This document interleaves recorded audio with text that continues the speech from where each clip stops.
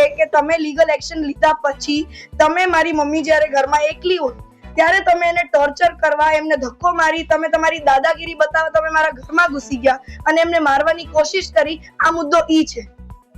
અને મેં ઇન્ટરવ્યુમાં એ પણ જોયું, હું ક્લિપ પણ પાછી અગર તમે લોકો એડ કરી શકતા તો કરજો, જેમાં મારા દિનેશ અદા દાંત કાઢીને એમ કે છે અહીં તો ગયો તો મારો છોકરો. એનો મતલબ તમને મજાક લાગે છે કે તમારો છોકરો ફૂલ દારૂ પી અને મારી મમ્મી પાસે એકદમ બદતમીઝી કરવા માંડ્યો, એ તમને મજાક લાગે છે?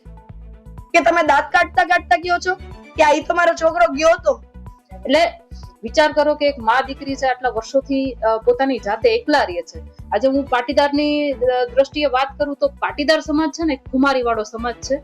એ બીજા પણ કોઈ હેરાન થતા હોય, બીજા કોઈ પણ બેનો દીકરીઓ પણ હેરાન થતી હોય ને તો એનાથી ના જોવાય અને એની મદદે પહોંચી જતો હોય.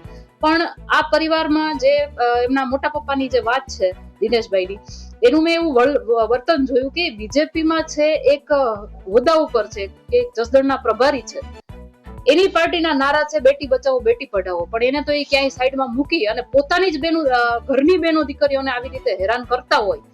કોર્ટ મેટર ચાલતી હોવા છતાં પણ જો એ ઘરે આવી અને એના કહેવાય ને કે એક મહિલાના કાઠલા પકડીને એવી રીતે એનું વર્તન હોય, એવું લુખા તત્વ જેવું એનું વર્તન હોય, તો એક પાટીદાર તરીકે પણ એને હું એમ કહું છું કે શરમજનક વાત કહેવાય. પ્રથમ તો અમારી અત્યારે જે વાત છે, અમે જેના માટે આવ્યા છીએ એ પોલીસના જે વર્તન છે અને જે પોલીસે કરવું જોઈએ કામ એ નથી કર્યું, એ માટે હું જિગીસાબેન અને અમારી ટીમ મોરબીથી આવી છે પરિવારને મળવા માટે.